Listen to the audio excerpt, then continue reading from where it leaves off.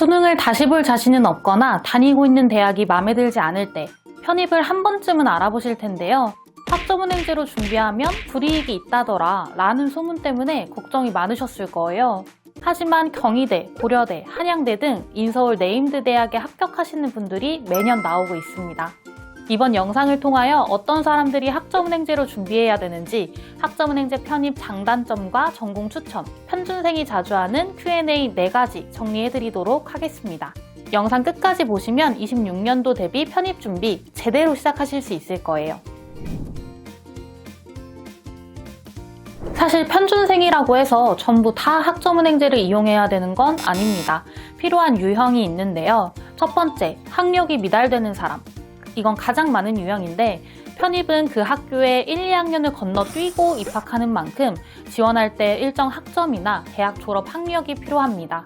하지만 고졸, 대학 중퇴자가 전문대 학력이 필요한 일반 편입을 지원하고 싶다면, 전문대 졸업자이지만 전략적으로 봤을 때 4년제 학위가 필요한 학사 편입을 지원하고 싶다면 조건 하나 갖추자고 아무 대학이나 막 입학할 순 없잖아요. 그렇기 때문에 이런 분들의 경우 대학을 진학하지 않아도 학위를 딸 수 있는 학점은행제를 이용하면 좋은 거죠. 두 번째, 목표하고 있는 학교보다 재학 중인 학교가 너무 낮을 때. 대부분의 경우 불합격할까봐 불안해서 자퇴까지 쉽게 결정하지 못합니다. 그래서 다시 돌아올 보험용으로라도 남겨두면 좋지 않을까 생각하시는데요. 하지만 그건 모두에게 해당되지 않습니다. 다시 돌아올 학교를 보험용으로라도 만들어두는 경우는 내가 다니고 있는 학교와 목표하고 있는 학교의 차이가 크지 않을 때 메리트가 있는 겁니다. 재학 중에 편입 준비하시는 분들을 보면 어쨌든 다시 돌아와야 할 수도 있기 때문에 학교를 대충 다니지도 못합니다. 열심히 다녀주셔야 돼요. 그래서 남는 시간에 편입 공부를 하게 됩니다. 그럼 이미 편입을 준비하는 시간부터가 다른 학생들과 격차가 벌어지게 되고 내가 안고 가야 할 리스크가 생기게 됩니다. 그런데 이런 상황에서 내가 목표하는 학교보다 현저히 떨어지는 대학을 보험으로 둔다? 사실 이건 말이 앞뒤가 안 맞는 거죠. 이럴 땐 하루라도 빠르게 대학에서 이수한 학점을 학점은행제로 끌고 온 다음에 편입 한 가지만 집중할 수 있도록 준비하는 걸 추천드립니다. 사실 대학을 직접 다니지 않아도 학위를 취득할 수 있는 방법은 여러 가지가 있습니다. 하지만 그 중에서도 학점은행제가 좋은 이유 3가지 설명드릴게요. 첫 번째, 전형 방법 준비가 수월합니다. 보통 편입 영어, 수학, 간혹 공인 영어를 준비하시기도 하는데 각 잡고 준비하시는 분들은 온종일 학원에 계시기도 하고 못해도 하루에 최소 6시간에서 8시간을 씁니다. 이미 조건이 된다면 영어, 수학 준비에만 몰두하면 되겠죠. 하지만 조건까지 동시에 준비해야 된다면 둘 중 하나만이라도 편하게 준비하실 수 있는 게 당연히 좋을 거예요. 그런 점에서 온라인으로 진행되는 학점은행제가 확실히 수월한 거죠. 두 번째, 비용이 저렴합니다.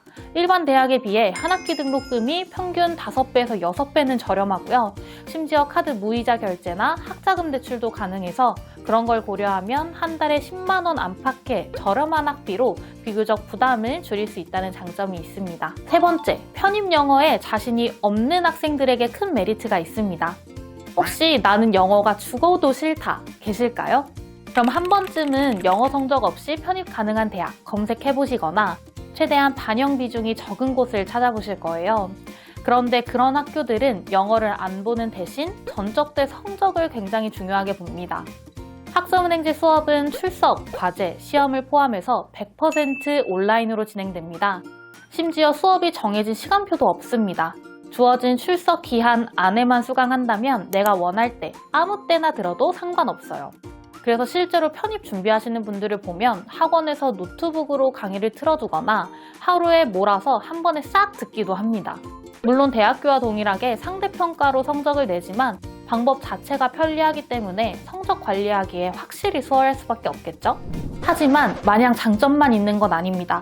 편준생 입장에서 단점으로 느껴지실 부분도 있는데요. 바로 자격증과 독학사입니다. 자격증이나 독학사를 병행하면 기간 단축도 되고 다 좋다고 하시던데요? 라고 생각하시겠죠? 하지만 문제는 이건 온라인으로 불가능하다는 점입니다.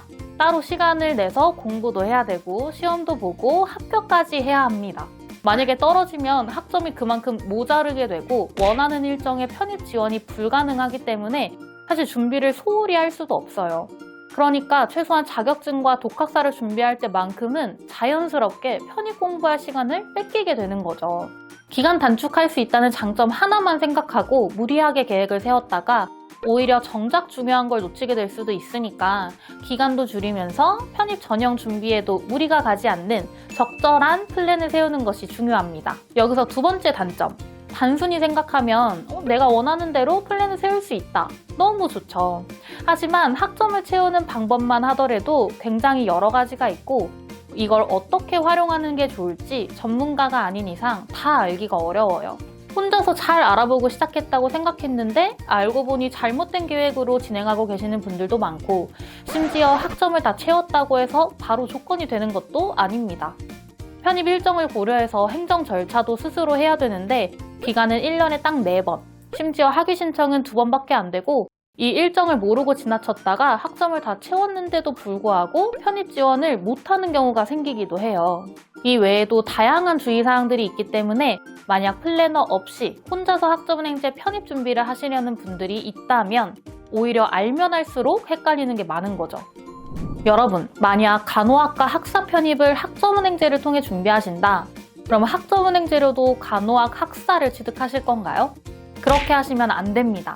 대부분 편입 지원하실 땐 전적대 전공 제한도 없고 학점은행제는 편입을 빠르게 지원하기 위한 지름길 같은 역할일 뿐이지 어차피 최종 학력이 되는 게 아니거든요. 그 취지에 맞도록 취득하기 수월한 전공으로 학위를 따지는 게 좋습니다.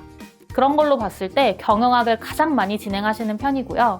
대신 여기서 주의할 점, 한양대, 성신여대, 가톨릭대처럼 일부 보건, 예체능 계열의 경우 전공 제한이 있을 수 있으니 모집 요강을 꼼꼼히 확인해 주셔야 합니다. 이런 장단점 외에도 편준생이 자주 하는 질문 4가지를 마지막으로 정리해 드릴게요. 첫 번째, 대학 다니면서 준비가 가능할까요? 네, 가능합니다. 대학을 재학, 휴학 중인 상태에서 시작하시기도 하는데요. 대신 학점은행제는 고졸이라 치고 영학점부터 이수를 해주셔야 합니다. 만약 대학에서 이수한 학점과 학점은행제에서 이수한 학점을 합치고 싶다.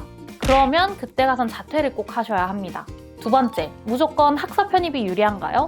그건 아닙니다. 상황에 따라서 달라질 수 있어요. 지금 내가 대학 재학 중이라면 그 학교가 어느 정도 네임밸류인지 내가 몇 학점을 보유하고 있는지 따라서 다르고요.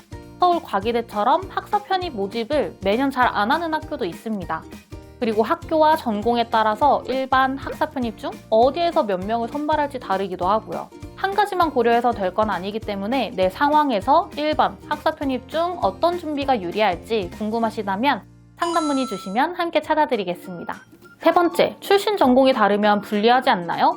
전혀 아닙니다. 학생들 입장에선 아무래도 같은 공부를 하다 온 사람들을 더 우대해주는 게 있겠지? 라는 마음이 들 수 있지만 그렇지 않아요. 합격에 있어서 중요한 것은 출신이 아니라 학교마다 요구하는 전형 방법이고요. 실제로 학점은행제를 통해 편입 준비하시는 분들의 90%가 경영학으로 진행하고 계십니다. 근데 만약 같은 계열로 준비한다면 나중에 조금은 더 유리한 점도 있긴 합니다. 이건 제가 졸업 후에 학과 사무실에서 조교를 해본 경험이 있기 때문에 실제로 많이 느낀 부분인데요. 합격하고 나면 내가 가지고 있는 학점 중 얼마나 인정받고 시작할지 교수님과 조율하는 시간을 가지거든요. 이때 내가 전공 수업을 좀 들어왔다. 그러면은 아무래도 학과 커리큘럼상 유사한 과목이 많을 거니까 인정받을 수 있는 학점이 많아져요.